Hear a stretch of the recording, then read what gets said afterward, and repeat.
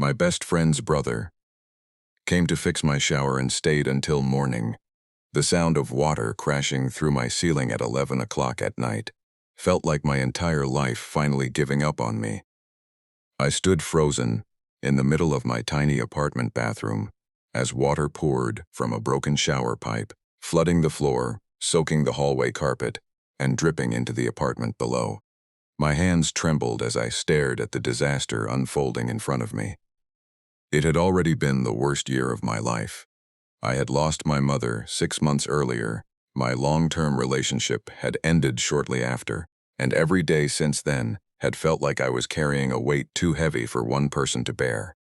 Now, as water spread across my floor and panic tightened around my chest, I felt completely alone. Before we continue, if you believe in kindness, second chances, and the power of people showing up when it matters most, please take a moment to like this video, leave a comment, share it with someone who needs encouragement, and subscribe to The Shadow of Kindness for more heart-touching stories. I grabbed my phone and called everyone I could think of. Most didn't answer. A few apologized and said they couldn't help. Then I remembered my best friend, Emma. She lived several hours away, but maybe she would know what to do. I called her, fighting tears as I explained the situation. She listened patiently before telling me not to worry. She said her older brother Ryan worked with home repairs and plumbing. Before I could protest, she promised she would call him immediately. I felt guilty.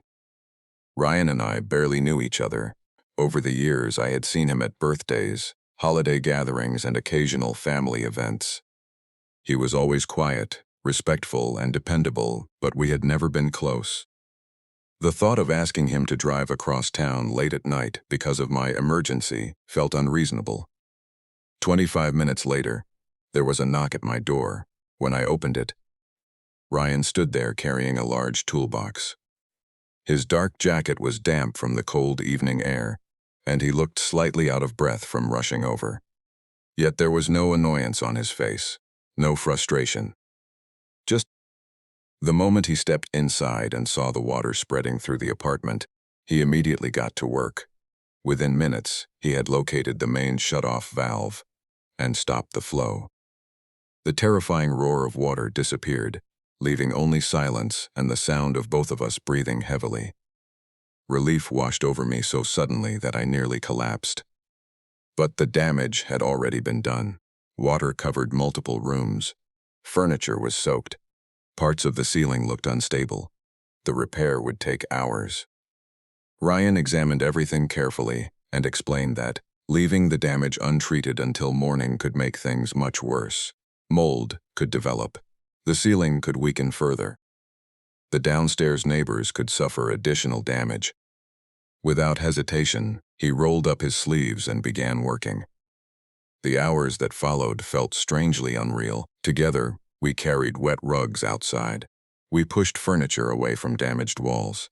We used every towel I owned to absorb water. Ryan moved methodically through each task, never complaining, never checking the time, never acting as though he had somewhere better to be.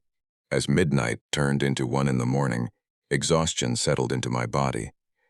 Yet something unexpected happened.